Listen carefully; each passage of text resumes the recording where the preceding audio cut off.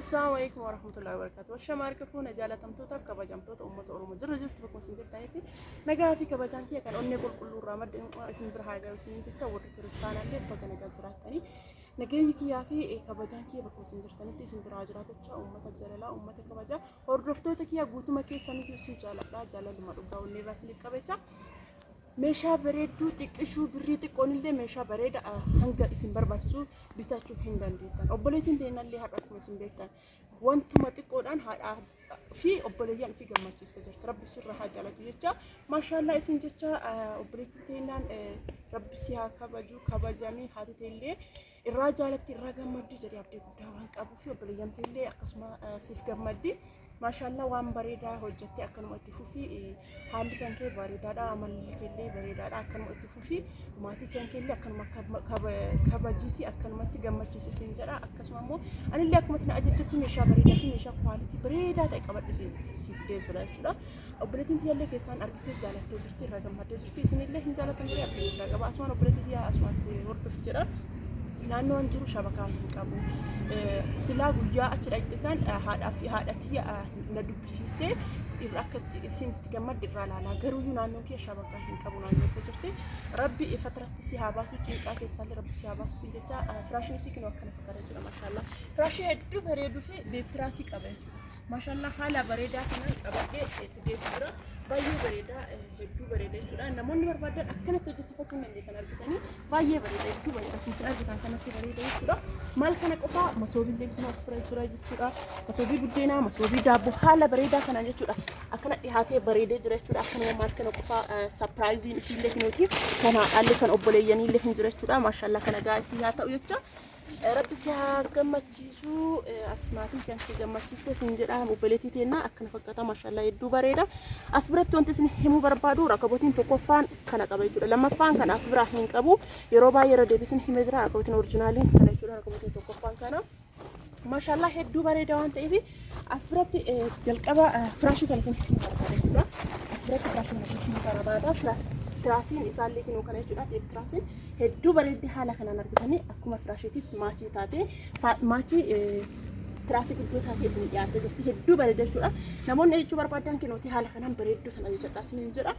Tiraasiin isii keessa galee kaduu keessallee keessa galee akkana bareeddee ka dhufte gatiin isii tiraasii garaa keessaatti walirratti birrii 450 jechuudha argitanii.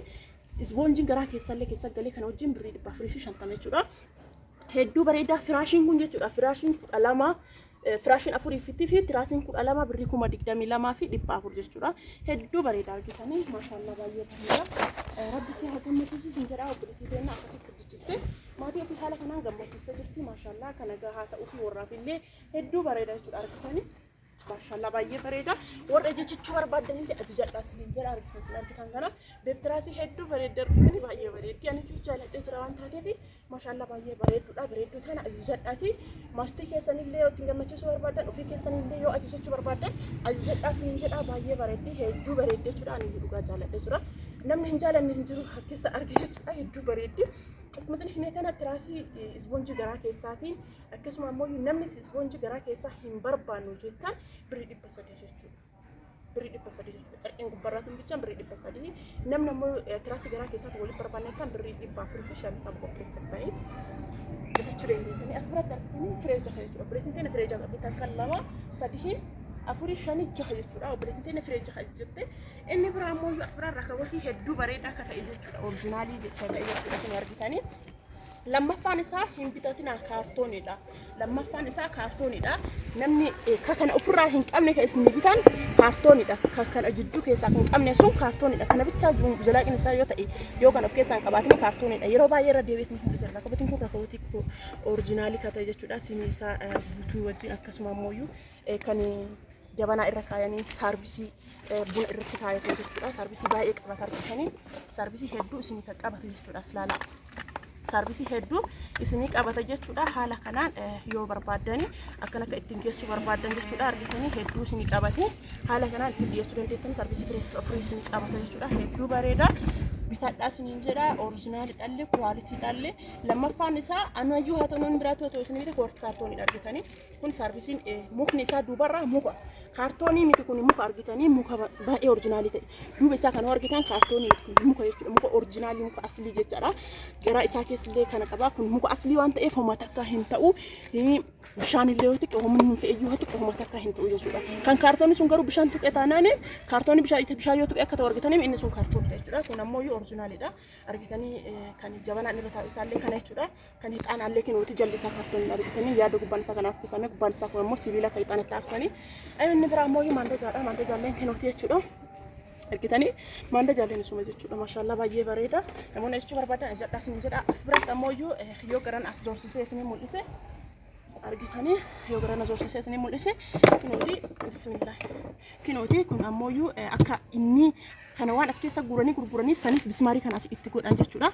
bismaarii isaa kana as qabee yoo bane malee bismaarii isaa kun naa hin banamu jechuudha siinii gubbarraan harkaa miidhaa sababni akkana godhaniif meeshaan kun waan as keessa gurgurameef akkana godhanii jiran jechuudha argitanii keessi isaa waa baay'ee qasinii qabata siinii kana guutuu osoo keessa guurtanii isinii qabata jechuudha siinii kana guutuu isinii qabata jechuudha maashaallah baay'ee guddaadha kanneen guutuu keessa gurguranii waan gurguranii fi siinii haga barbaadanii isiniif qabata jechuudha waa baay'ee isiniif qabata namoonni bitachuu barbaadan bitadhaa isinii jedha maashaallah baay'ee bareeda as bira biloonni waan qabuu fi waan dafee tabalaanshaa'uun jechuudha meeshaa isaa kana guutuu wajjin gatiin isaa birrii 3,000 fi 400 ture amma immoo 3,000 fi 500 galee jira jechuudha rakabootiin abbaa gadaa kun meeshaa isaa guutuu wajjin birrii 3,000 fi 500 galee jira as biratti daanteelii rakabootiin habitaan jette daanteelii rakabootii bitee fira daanteeliin kun namni hin beekne hin jiru kun sirriitti qaxqax jedhee dhahame jechuudha asii hin binne wallaahi dhugaa dubbatuuf rakabootii ta'ee maannoo daanteelii ta'ee masoobii ta'ee shaashamannee keessaa hin bitu shaashamannee keessa waan hin nafne rabbaanee jira waan ta'eef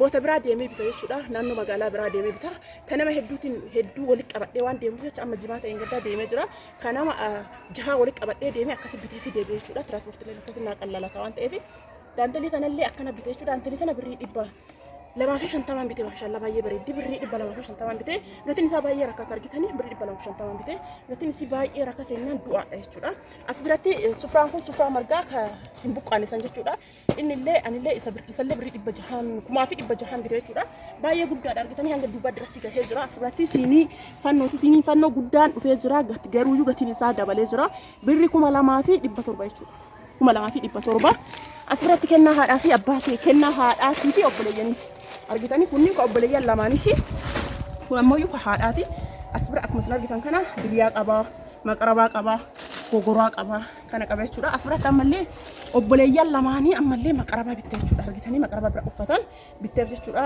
rabbi sirra haa jaalatu jecha halkanaa'ee jirallee azaanillee baheera dafee waraabee isinirraa buusa jechuudha argitanii obboleeyyan lamaanillee maqarabaa kana bittee diriyaan tokkochi birrii 4,000 jechuudha maqarabaan kunillee bituu barbaadan 5,500 ufillee barbaadan akkasuma maatii keessanillee barbaadan bituu hin dandeessan isin jedha as biratti inni biraa masoobiidha masoobii maashaallah masoobii bareeddu orjinaalii taate daanteelii akkasatti hin argitanii xiqqxiq jechuurraa kana guutuu shaffanii argitanii mul'atu garuu daanteeliin kun waan haphiin takka hin jirtu gatiin isii ka qannasamu birrii 300 daanteeliin sun baay'ee rakasallee daanteeliin kun garuu birrii 500 baay'ee xiqqxiq jettee dhaabadhee warra manaa irraa eegee biti kan aggaadetii miti daanteeliin kun kan aggaadetii miti hin argitanii daanteeliin kun daanteeliin aggaadetii miti sunni yoo miccee san dheeratee haga wayii gahaa baay'ee fokkataadha daanteelii tana birrii 600 bitee jechuudha argitanii daanteelii tana birrii 600 bitee kinuuti argitanii baay'ee xiqqxiq jettee kadhaamte jechuudha daanteelii baay'ee furdaate jechuudha inni biraa immoo masoobii kana argitanii akka itti bareedu maashaallah masoobii kana argee namni hin jaalanne hin jiru masoobii kana hedduu bareeda ajaja nama baay'ee qabadhee bakka tokkotti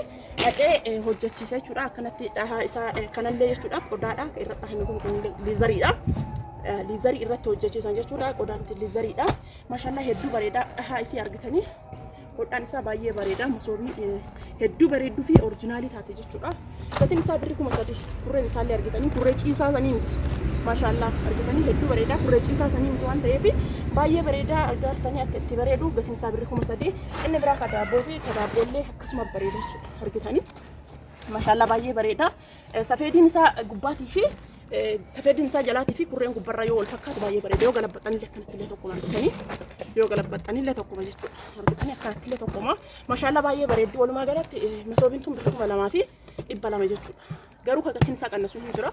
Inni kun masoobii oriijinaalii bareedaa waan ta'eef jechuudha argitanii.